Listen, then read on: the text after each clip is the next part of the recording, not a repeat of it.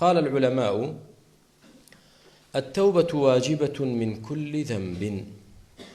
توبة كردن أما حكم كيتي واجبة لها متاوانك. التوبة واجبة من كل ذنب. توبة بيويست لها متاوانك بكريت من كل ذنب. ذنوب إجبرا كان مسيجوري هي ذنوب القلب وذنوب اللسان وذنوب الجوارح والبدن. أو تاواناني كبزمان ديكين وأواني بدل ديكين وأواني كبلاشة ديكين هموي بيويستي بتوبة هي.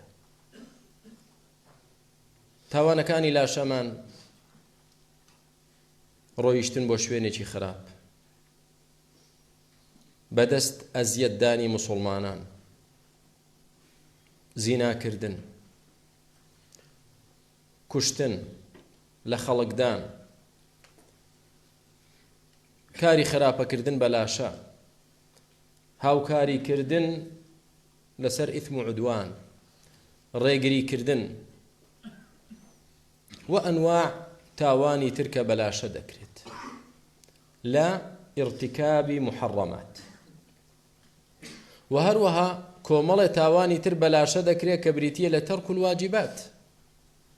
ترك الواجبات نوێژ ناکەی ئەمە تاوانێکە تەوبەی پێویستە. ڕۆژوو ناگریت تاوانە تەوبەی پێویستە. ئەی زمانیش بە هەمان شێوە. القول السكوت عن الحق أو القول والنطق بالباطل هردوشي تاوان. السكوت عن الحق والنطق بالباطل شل حق بيدنك بيت تاوان بارد بيت ولا تكتموا الشهادة ومن يكتمها فإنه آثم قلبه. شايتي مشارنا وشكو هر كسي بشارته تشيا تاوان بارا گناه بار بوه. كواتا لشوينك شايتي تو بيويست بيو نيليت قصي حقي تيدا نكيت منكرك دبيني إنكاري لي نكي معروفك بيويست أمري بي نكيت نصرتي مظلوم نكي بزمانش أما تشيا آثم قلبه أو تو تاوان بارد. توبة لم تاواني زمانتك كتشيا لتشي دا كوبو لا دوش دا السكوت تشي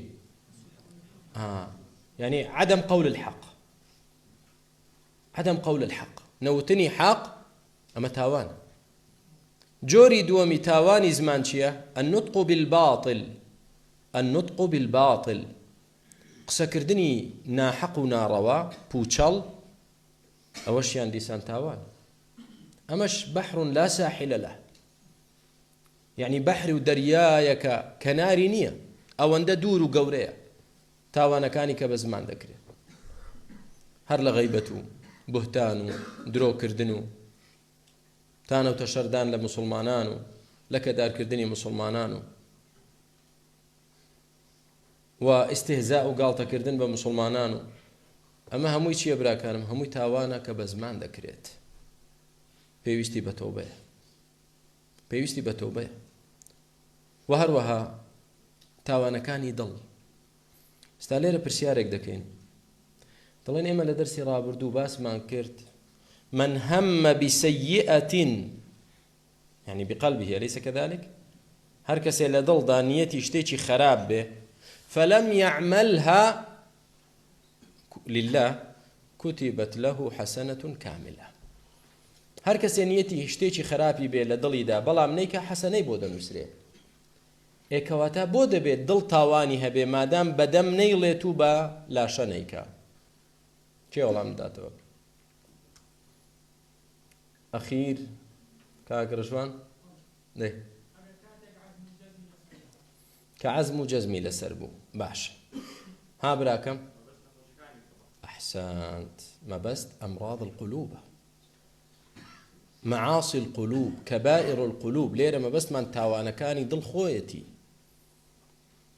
وكوشي أو ضليتو سوء الظن هبه بخواي پروردگار أم ضليتو سوء الظن هبه بمسلمانان أم ضليتو تكبري تدابت أم ضليتو عجبي تدابت أم ضليتو حقدي تدابي برانبر مسلمان أم ضليتو حسدي تدابي برانبر مسلمان ئەم دڵی تۆ بغضی تێدا بێ بەرامبەر مسلمان، ئەم دڵی تۆ ئەو تاوانانەی تێدا بێ، ئەمانە هەمووی ئەمراض القلوبە، نەخۆشی دڵە. یعنی لەسەر ئەوەش تاوانبارین. بەڵێ خوای گەورە خۆی فەرموویەتی لا تەحاسەدوا، حەسەد بە زمانە یا بە لاشە یا بە دڵە؟ بە دڵە برا. ئەی حقد ولا تباغضوا، بغض عملێکی قەلبی یا لیسانیە، عمل قەلبی. ڕقبوونەوە لە مسلمان ئەوە معسیەتێکە دڵ پێی هەڵساوە، هەروەکو چۆن دڵ بە تەنها ئەعمالی صالحەی هەیە، ئەعمال القلوب، وەکو محەبەتی خوا، وەکو تعظیمی خوا، حسنی ظن بە خوای پەروەردگار، گومانی باشبردن بە خوای گەورە، تەوەکل و پشتبەستن بە خوای پەروەردگار، خەوف و خەشیەت لە خوای پەروەردگار، ترسان لە خوای گەورە، ئەمانە هەمووی ئەعمال القلوبە. زۆر مەزنن ئەم عیبادەتانە. لە بەرامبەرەکەیدا عەکسەکانی، ترست لە غەیری خوا هەبێ، تەوەکل بە غەیری خوا بکەیت، ئەمانە هەمووی تاوانە پەنا بە خوای گەورە. بۆیە براکانم تاوانەکانی دڵیشمان دەبێت تۆبەی لێ بکەین پێش تاوانەکانی زمانمان و لاشەمان. چونکە قەلب ئەساسە، وەکو لە دەرسی ڕابردوودا باسمان کرد، لە دەرسانی ڕابردوو دڵ ئەساسی ظاهرە.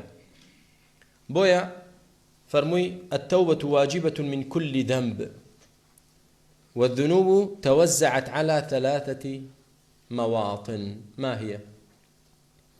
تاوانا كان بس شوين ده سير شوين توزيعون القلب واللسان والجوارح. لحر سيشي توبة بك، تفتيشي ضلتك كتاواني تيدا توبة لبك، تفتيشي زمانتك كم زمانت بوتني خير بيدنبون لباطل وتا قولي باطل نليد وبكارد نهنا توبة لبك، لا شد بهمان شيء، مال وسامانت بهمان شيء. التوبة واجبة من كل ذنب.